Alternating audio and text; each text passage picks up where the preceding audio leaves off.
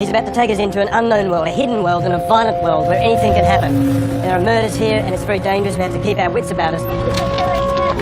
Demetrius told us he's worked with kids on these streets for 20 years, and that's why people here trust him.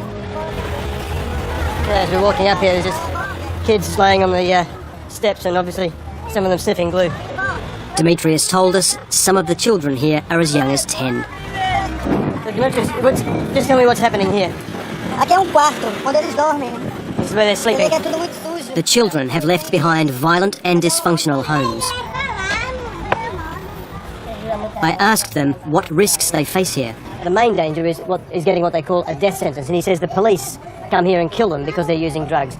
Uma tesoura com a faca, com uma garrafa de gasolina para carro. So this guy's saying that one of the dangers they face is that people turn up and actually burn them. You can be burnt alive here. Okay. Did you see them? Among the group, I met Vanya, who told me she's witnessed murder at close range. Vanya says she's 21 years old and she's been widowed twice. In both cases, she says the police killed her husbands because they were thieves.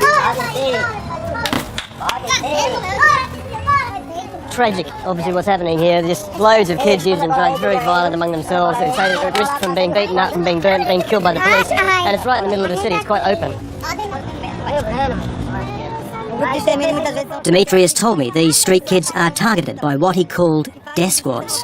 These death squads that he's talking about are often made up of civil police officers, either former or still serving police officers here in the city, who believe they've got to clean up what they see as a social problem here by killing these kids, by killing the people on the street.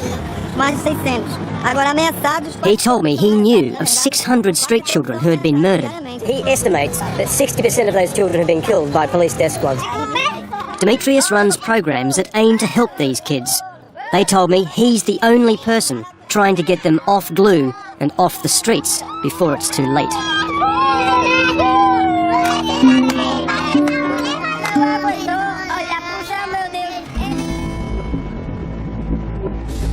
We travelled across town to see what drives the kids onto the streets. So we come to meet Vanya, who we met on the streets the other night, to see her home, where she lives, and why she's on the streets as much as she is. She's introduced us here to her mother, who's just behind us here.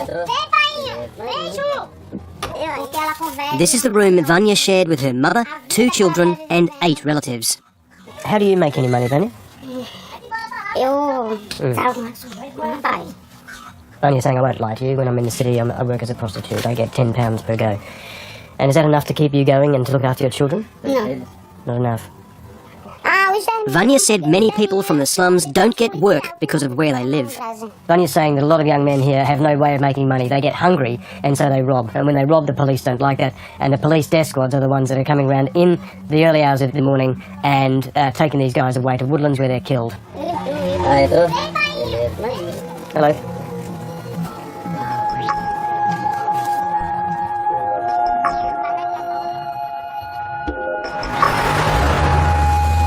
We wanted to know how the police responded to claims that petty street and drug crimes were being dealt with by the harsh methods of death squads. Walter Martins is the homicide unit's chief detective.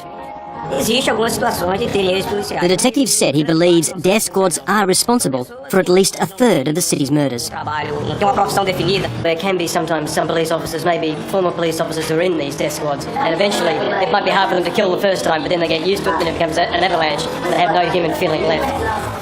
But he insisted that many police officers wanted nothing to do with the death squads and, in fact, protected those at risk from them. The police have just told us that, in fact, the guy inside here is a young guy who's been fleeing from one of the death squads called the Thundercats.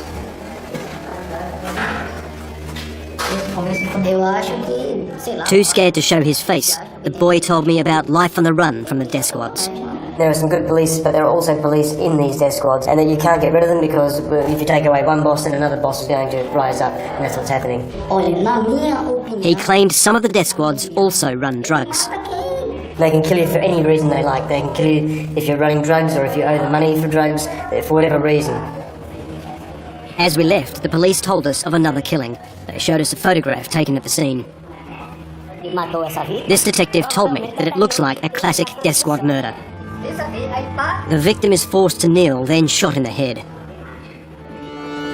It was the 3rd body they'd found in this position that week. Next day, we set out to find the relatives of the dead man from the photograph. We come to this part of town, to what we're told is quite a notorious housing estate, to try and talk to the family of the man who was quite clearly executed. Even compared to other slums we'd seen, the poverty here was striking. We came to the house of the dead man's mother. Só quem sabe dos pensamentos do... Albertina said she didn't know why her son was killed. É a gente mesmo, tá aqui agora. She says the people who killed him are evil, and while they might be able to trick other humans, God will know who's done this. So far, she said, the police had not come to ask her anything about her son, and she didn't expect there to be an investigation into his murder. She says, all I want to do now is, once my son's been buried today, and I'll leave. There's nothing for me here anymore now my son is dead. It's very difficult losing a son, she said.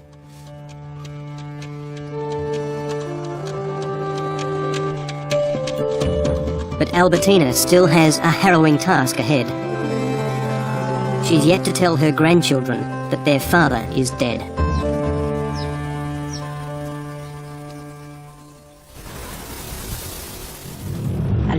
As we drive through the city centre of Recife, our driver points out a sign. He said it records the number of those killed per day, month and year. Valmas is pointing out that on our left-hand side here is a counter which gives a running total, he says, of the number of people who've been murdered in this state and in this city. And so far, there have been 5 people, it says, killed today in Recife in the state, and there's 1,033 who've been killed so far this year. Eduardo Machado leads the group behind the sign. PE Body Count campaigns for more government action to curb the killings in Recife. He claimed the death squads operated with impunity. It's a perverse type of violence. I call it social cleansing because the people being killed are normally black, they're poor, and they're from the outskirts of the city, and they've become the killables. He said some police take the law into their own hands because they feel that official justice is not working. The system is just overloaded. People don't have access to justice. There's not enough judges, not enough attorneys. And what happens is even if a case does go to trial, it can take 10 years. We were invited along on a police raid on one of the many slums in the city that has been flooded with crack cocaine. The police wanted to show us that they were tackling the high crime rate and not just leaving it to the death squads. The police told us this has taken 6 months of planning. It's a joint operation between the civil and the military police. And it's going into a central part of the city where there's a lot of drug trafficking and also a very high homicide rate. Police officers told us they had more than a dozen arrest warrants. Many for crack dealers who'd sparked the latest crime wave. So they found nothing in that house, but the police have spread out in various groups across the favela in this operation. I was told one of the suspects had been found, but the search for drugs seemed fruitless. So far, for such an extensive operation, we're not seeing a lot of drugs or weapons being turned up, especially considering how much homicide's in this area. Detective Joselito Amaral led the raid. He's the head of Recife's homicide unit.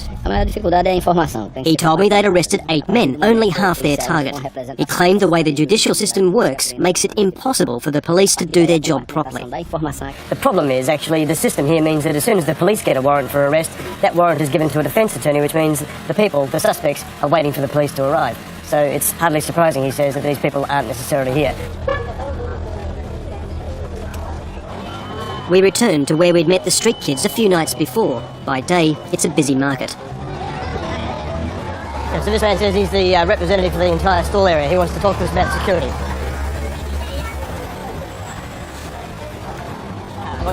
Ricardo Maciel and his friends run the market. Ricardo told me the glue-sniffing street kids steal vendors' goods. Ricardo's saying that because there's no police here, there's no police presence, and we've got this problem, we hire at least 5 guys every night, and we ask them to basically pick them up, to intimidate them, to beat them up. And he said many go much further. It's very common for a shopkeeper to pay a death squad to go and kill somebody who has actually robbed from them. He says it's very common, it happens a lot.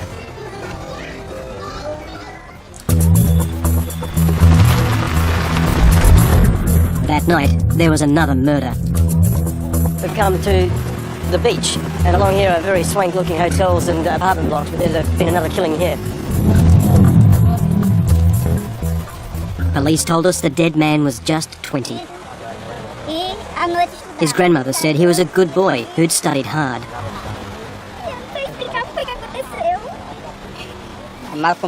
I asked her husband if he thought there could be any death squad involvement in his grandson's murder.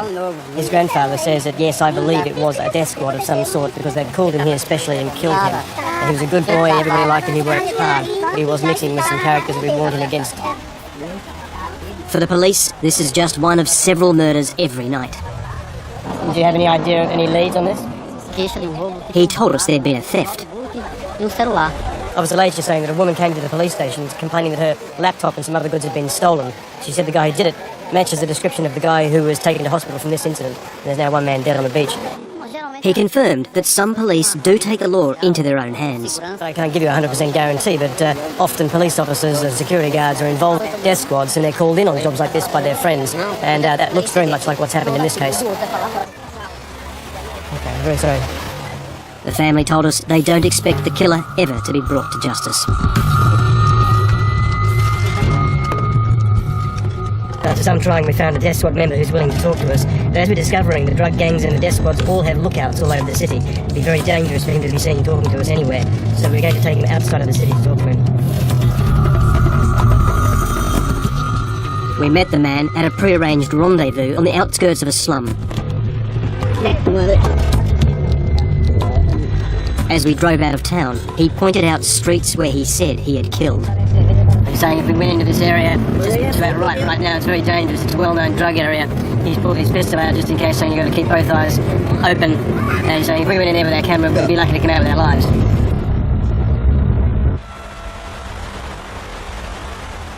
He told me he'd been a police officer for 20 years and was still in the force. I asked him how many people he had killed. He said he'd killed many. He's saying that I've killed more than 30 or 40 people myself, and my group has killed many more than 50 people over the years. And we usually take out rapists and drug dealers and this sort of thing. These are people who require us to perform a service to get rid of them. Why do some police officers take the law into their own hands and execute people? A justiça, ela prende hoje e solta amanhã.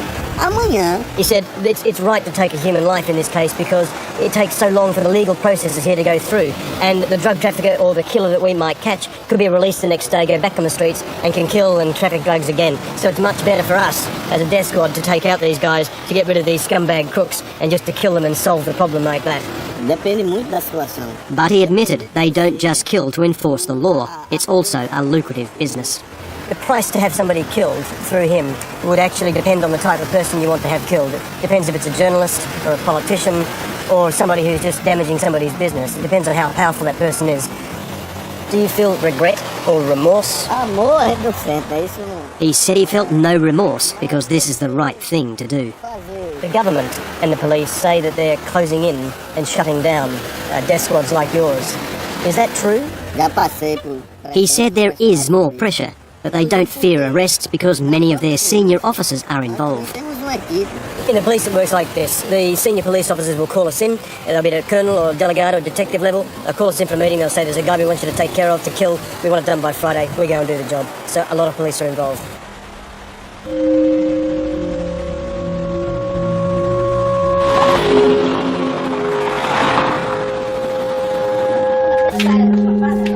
Back at police headquarters, a group of suspected criminals was being paraded in front of the press. Police said it was to encourage witnesses to their crimes to come forward with information. Criminals like these are some of those targeted by the death squads when the justice system doesn't seem to work. Detective Morales told us the law requires these men to be released while their cases are processed. And it'll be a vicious cycle. People will see them back out on the street. If they were going to be tried while they're in jail, it might be quicker, but if they're going to be free, which the system demands, then there will be no deadline. It could take years. Also at the press conference was Servilio Silva de Paiva, the state's security secretary. He said new government efforts have reduced the murder rate by 2%.